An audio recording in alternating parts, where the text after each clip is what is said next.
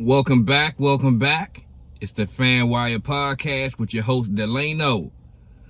Hey, we're not in the studio again today. That's because I'm out on the move, doing the thing.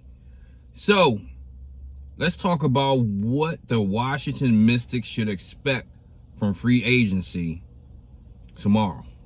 What should the fans expect tomorrow? Absolutely nothing. I really strongly believe that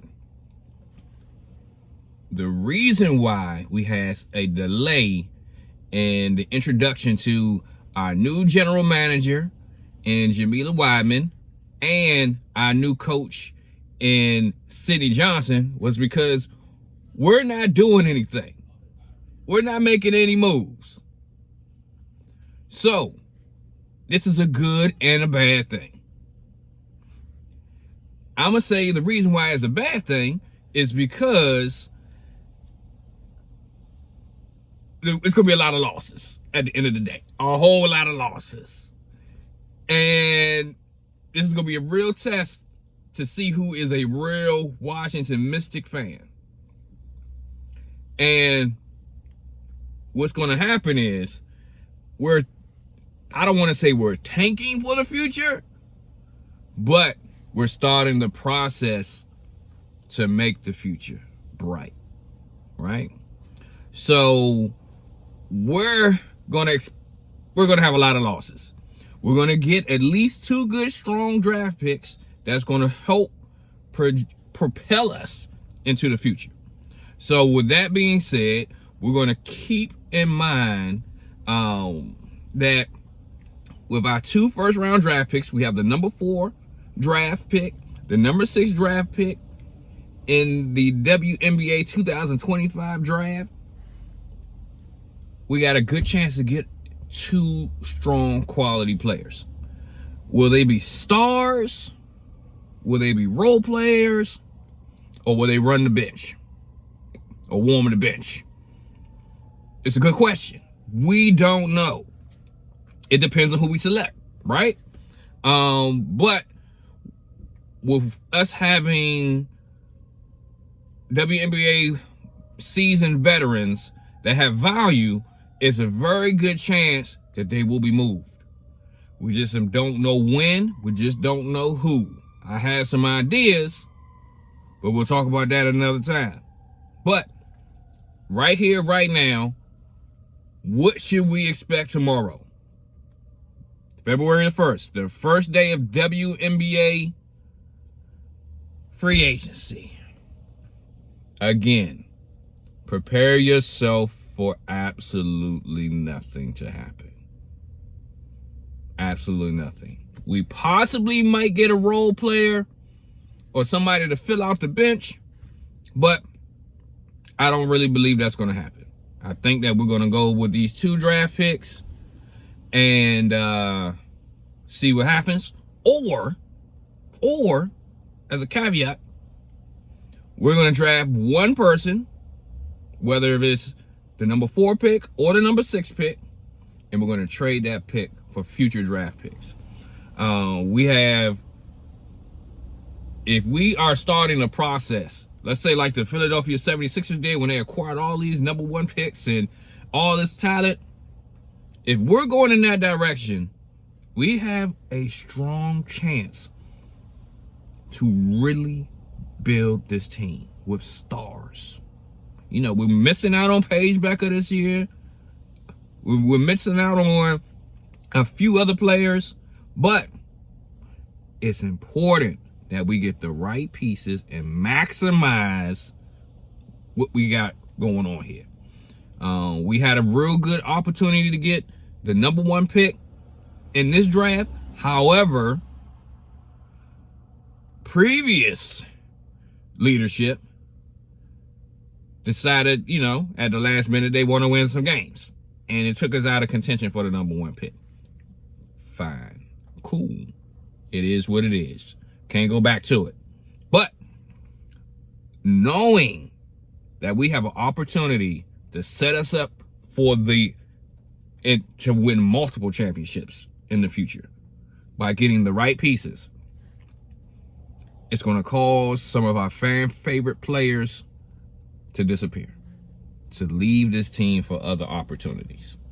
We also have to take into consideration that nobody's going to sign sign more than a 1-year deal this free agency period, unless they are at the tail end of their career and they want to make sure that they stay in the league.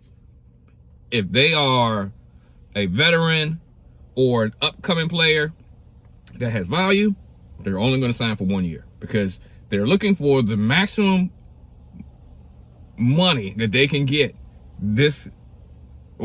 not this season, but in the 2026 season. Because again, the CBA, the collective bargaining agreement, all of the paperwork and guidelines that say how much somebody can get paid, how long, the rules and regulations of the league, and everything in between, that gets thrown out the window this particular season, right? Oh, actually, I'm sorry, at the end of the 2025 season, going into 26. So whoever comes out in 26 on forward is going to get this new money on top of new opportunity. And even the rookies that are coming in from the NCAA women's game, they are going to have an opportunity to make more money. So that's another reason why players are not really jumping into this draft. They don't really want to stick around in college anymore. They done did their thing. They making money, but they don't have the freedom. They ain't got to go to class no more once they come to the league, right? Once the 2026 collective bargaining agreement is set in stone, they're going to make more money. Then it comes with some more questions, but that's going to be a whole nother video. I'm going to break it down, right? But additionally, when you have new money and new opportunity, that's going to cause some of these veterans to have to go to the wayside, right? All of these players that have these 1-year deals are not going to be re-signed because it's going to open up new opportunities for these young players to come in that have fan bases, right? To come in and to bring those fan bases to the league, right? The WNBA needs infusion of youth, right? So, again, do not expect the Washington Mystics to be active in free agency. Don't. It's not going to happen. It's not. But be ready for us to start going into the future in the right direction. As long as this leadership does the right thing. We just need them to do the right thing.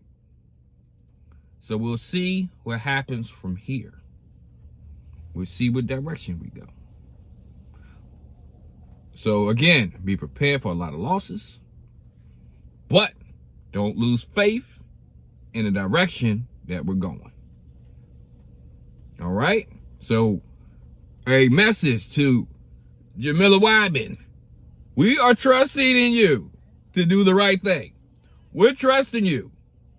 Additionally, we're looking for you to bring in the right people to do the right thing, right? So we're looking at this coach, as in Sidney Johnson, the new coach, to do the right thing. Put these players and these women in a position to be better, to be excellent, and to win. We're looking forward to it, but we know it's an uphill battle to travel, right? So we'll see what happens. We got faith, we got trust.